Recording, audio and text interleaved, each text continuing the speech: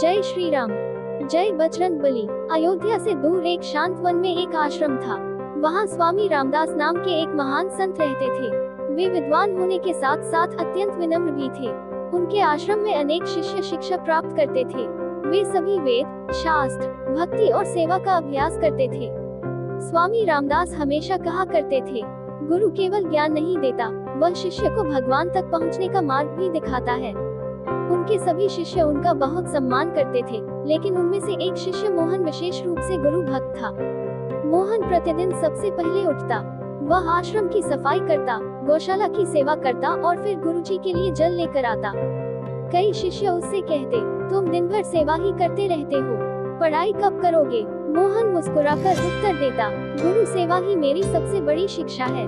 एक दिन हनुमान जी पृथ्वी पर भ्रमण कर रहे थे। उन्होंने मोहन की निस्वार्थ सेवा देखी। वे मुस्कुराए और बोले, देखते हैं इस शिष्य की गुरु भक्ति कितनी दृढ़ है। उन्होंने एक वृद्ध यात्री का रूप धारण किया और आश्रम पहुंच गए। वृद्ध यात्री ने आश्रम में प्रवेश करके कहा, मैं कई दिनों से यात्रा कर रहा हूँ, क्या मुझे कुछ भोजन मिल सकता है? मोहन तुरंत आगे आया।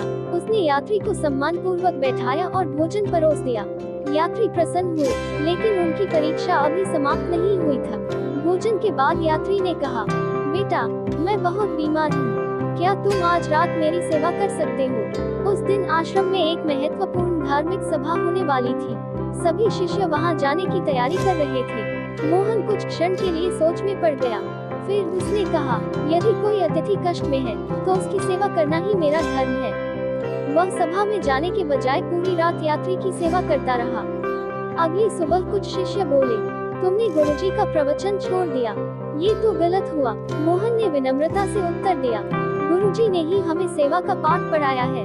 यदि मैंने किसी दुखी की सहायता की है, तो मुझे विश्वास है कि गुरुजी प्रसन्न होंगे। जब स्वामी रामदास को सारी बात पता चली, तो वे मुस्कुराए। उन्होंने कहा, मोहन ने वही किया है जो एक सच्चे शिष्य को करना चाहिए। ज्ञान का मूल्य तभी है जब वह सेवा में दिखाई दे। उसी समय आश्रम में तेज प्रकाश फैल गया। वृद्ध यात्री का रूप बदलने लगा। कुछ ही क्षणों में वहाँ दिव्य तेज से प्रकाशित हनुमान जी खड़े थे। सभी शिष्य आश्चर्यचकित रह गए।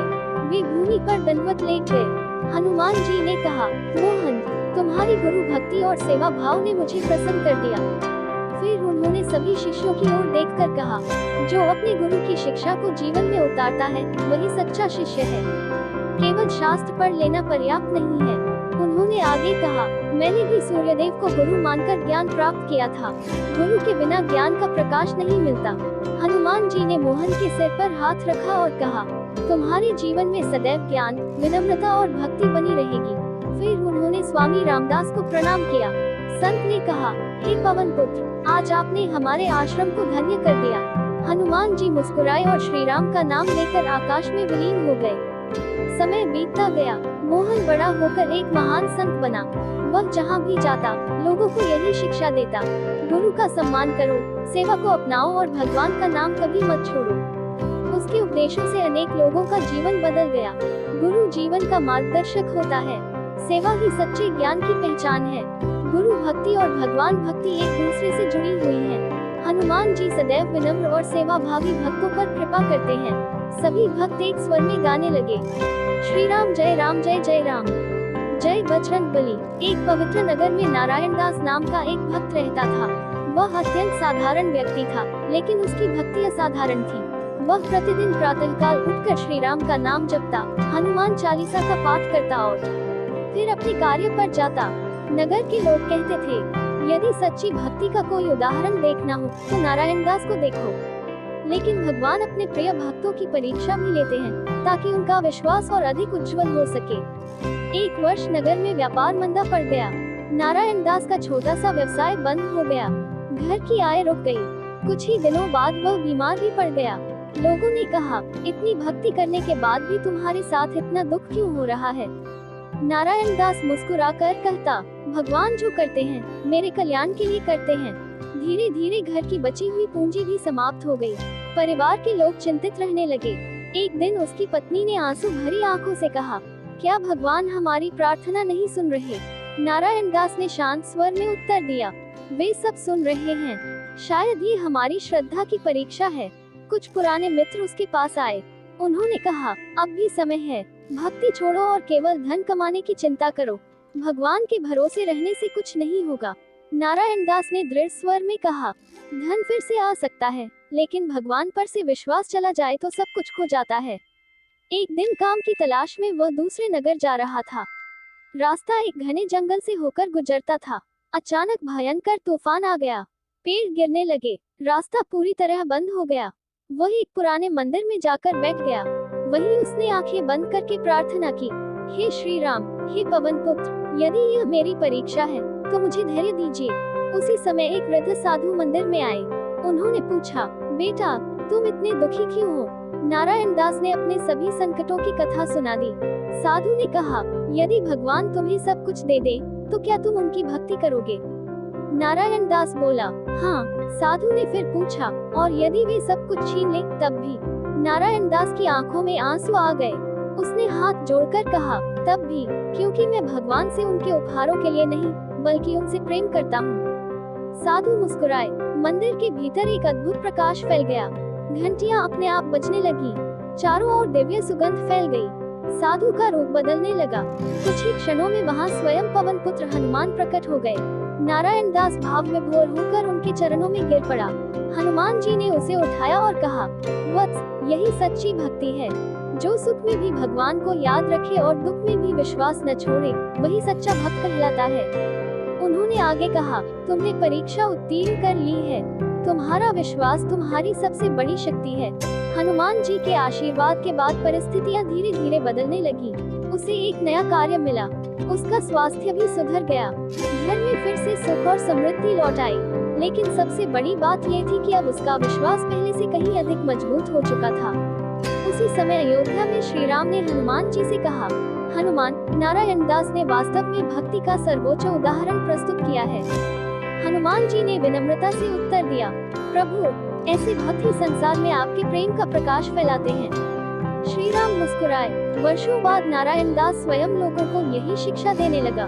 भगवान पर विश्वास तब आसान होता है जब सब कुछ अच्छा चल रहा हो, लेकिन सच्ची भक्ति तब सिद्ध होती है जब कठिन समय में भी विश्वास अडिग रहे। उसकी यह शिक्षा दूर दूर तक प्रसिद्ध हो गई। सच्ची भक्ति परिस्थितियों पर निर्भर नहीं करती। दुख और संकट भी भगवान की परीक्षा हो सकते हैं। जो व्यक्ति विश्वास नहीं छोड़ता, वह अंततः विजय प्राप्त करता है। हनुमान जी सदैव अपने सच्चे भक्तों के साथ रहते हैं। सभी भक्त एक स्वर में गाने लगे, श्री राम जय राम जय जय राम, जय बजरंगबली, पवन पुत्र हनुमान की जय। बहुत समय पहले एक घने जंगल के किनारे रुद्रसेन नाम का एक डाकू रहता था। वह यात्रियों को लूटता, लोगों को डराता और अपने बल पर घमंड करता था। उसके नाम से आसपास के गांव कांपते थे। कोई भी व्यक्ति अकेले उस जंगल से गुजरने का साहस नहीं करता था। लेकिन रुद्रसेन के हृदय में कहीं न कहीं एक खालीपन था। उसे धन तो बहुत मिला, पर मन की शांति कभी नहीं मिली। एक दिन एक वृद्ध संत उसी जंगल से होकर जा रहे थे। रुद्रसेन ने उन्हें रोक लिया। वह बोला, जो कुछ भी तुम्हारे पास है मुझे दे दो। संत मुस्कुराए। उन्होंने कहा, बेटा, मेरे पास धन नहीं है, मेरे पास केवल श्री राम का नाम है। रुद्रसेन हंस पड़ा। राम नाम से पेट भरता है क्या? संत ने शांत स्वर में उत्तर दिया, राम नाम से केवल पेट नहीं, पूरा जीवन भर जाता है। संत ने डाकू से पूछा, तुम जो पाप कर रहे हो, क्या तुम्हारा परिवार उसका फल भी तुम्हारे साथ भोगेगा? रुद्रसेन ने आत्मविश्वास से कहा, निश्चित ही भोगेगा, मैं ये सब उन्हीं के लिए करता हूँ।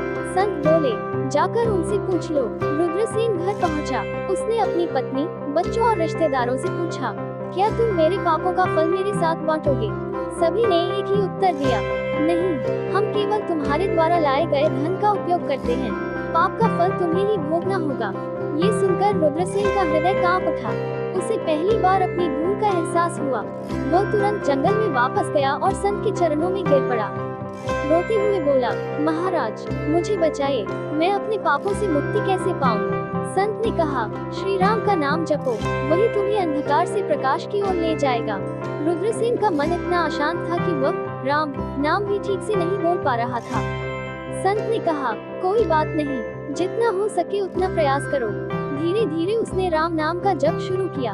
दिन बीते, महीने बीते, उसका हृदय बदलने लगा। अयोध्या में बैठे हनुमान जी यह सब देख रहे थे। उन्होंने प्रसन्न होकर कहा, प्रभु देखिए, राम नाम की शक्ति एक डाकू को भी संत बना रही है। श्री राम मुस्कुराए और बोले, हनुमान, मेरा नाम ही मेरा स्वरूप है।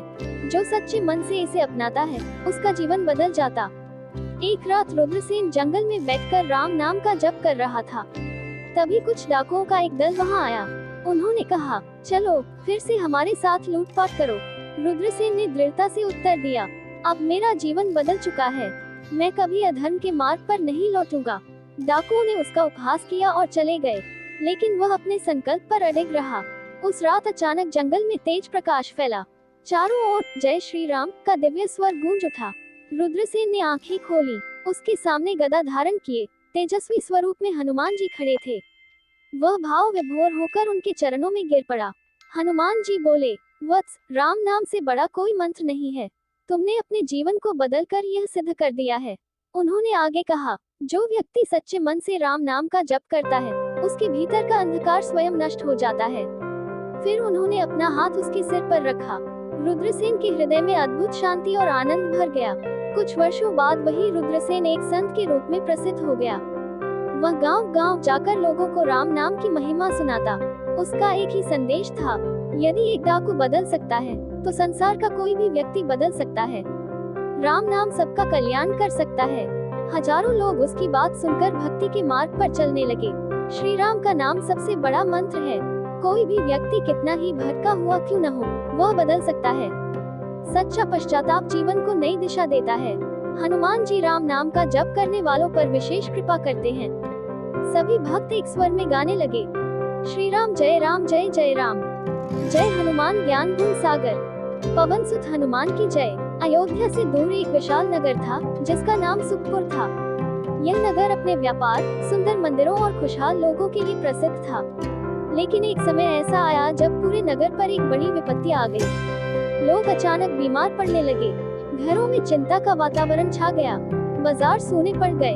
मंदिरों में आने वाले लोगों की संख्या भी कम हो गई। नगर के लोग भय और निराशा से भर गए। राजा ने वैद्यों और विद्वानों की सभा बुलाई।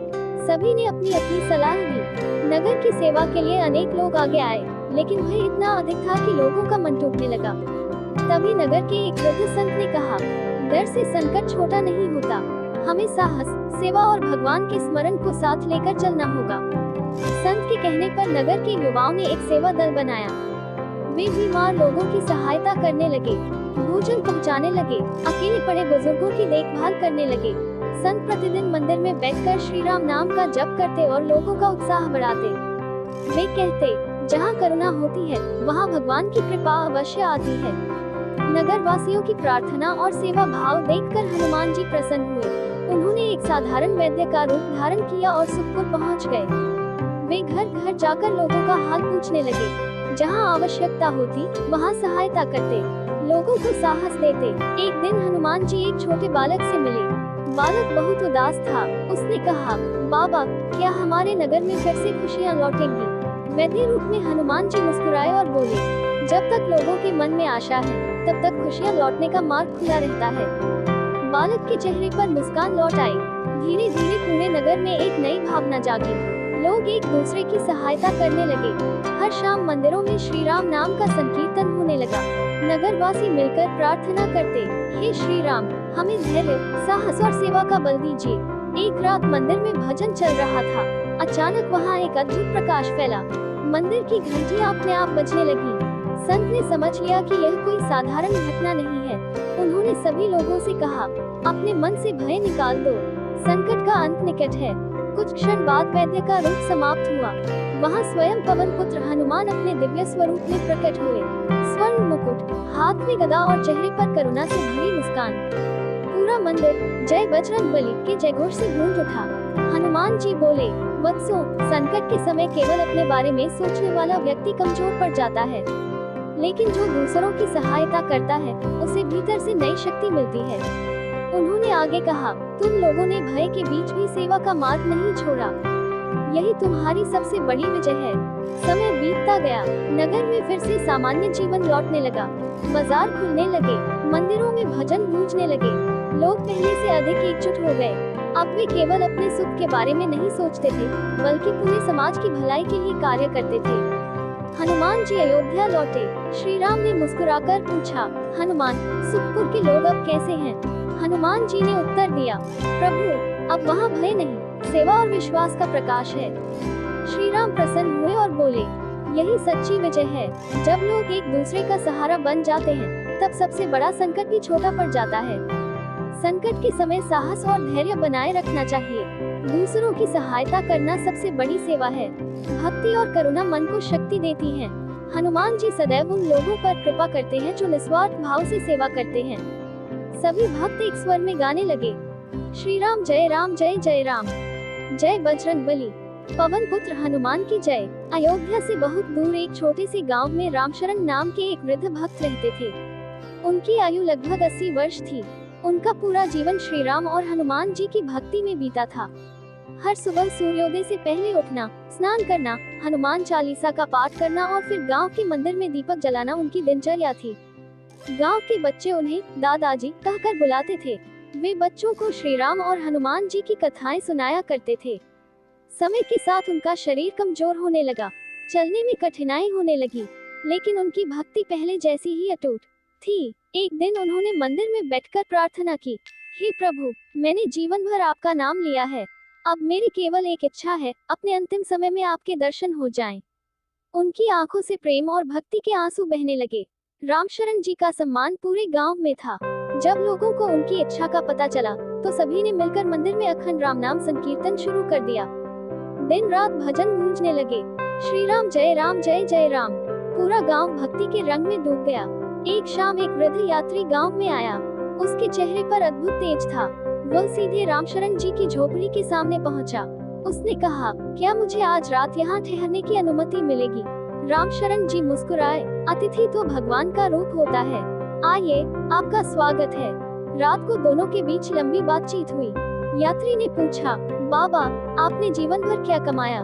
रामशरण जी ने मुस्कुराकर उत्तर दिया, धन नहीं, केवल श्री राम का नाम। यात्री ने फिर पूछा, यदि आज आपको भगवान मिल जाएं, तो आप उनसे क्या मांगेंगे? वृद्ध भक्त की आंखें नम हो गईं। उन्होंने कहा, कुछ नहीं, बस उनके चरणों में स्थान मिल जाए। उस रात रामशरण जी सो नहीं पाए। वे लगातार राम नाम का जप करते रहे। आधी रात के समय अचानक पूरी झोपड़ी दिव्य प्रकाश से भर गई। चारों ओर सुगंध फैल गई। मंदिर की घंटियां अपने आप बजने लगी। हनुमान जी का प्रकट होना, वृद्ध यात्री का रूप बदलने लगा। कुछ ही क्षणों में वहां स्वयं पवन पुत्र हनुमान अपने दिव्य स्वरूप में खड़े थे। स्वर्ण मुकुट, हाथ में गदा, तेजस्वी शरीर और करुणा से भरी दृष्टि। रामशरण जी की आंखों से आंसू बहने लगे। वे कांपते हुए उनके चरणों में गिर पड़े। हनुमान जी ने उन्हें उठाकर अपने हृदय से लगा लिया। उन्होंने कहा, वत्स रामशरण, तुम्हारी भक्ति ने मुझे यहाँ आने के लिए विवश कर दिया। वृद्ध भक्त भावुक होकर बोले, प्रभु, मेरा जीवन धन्य हो गया, अब मुझे और कुछ नहीं चाहिए। हनुमान जी मुस्कुराए, तुमने जीवन भर बिना किसी स्वार्थ के भक्ति की है। श्री राम तुमसे अत्यंत प्रसन्न हैं। तभी झोपड़ी में एक और दिव्य प्रकाश प्रकट हुआ। उस प्रकाश के बीच भगवान श्री राम, माता सीता और भ्राता लक्ष्मण के दिव्य स्वरूप दिखाई दिए। रामशरण जी की आंखों से आनंद के आंसू बह निकले। वे बार बार कहते रहे, प्रभु, प्रभु, आज मेरा जन्म सफल हो गया। श्री राम ने प्रेम पूर्वक कहा, वत्स, जिसने जीवन भर मेरा नाम लिया, उसे मैं कैसे भूल सकता हूँ। माता सीता ने उन्हें आशीर्वाद दिया। हनुमान जी उनके पास खड़े मुस्कुरा रहे थे। वृद्ध भक्त का हृदय आनंद और शांति से भर गया। अगली सुबह गांव वालों ने देखा कि रामशरण जी के चेहरे पर अद्भुत मुस्कान थी।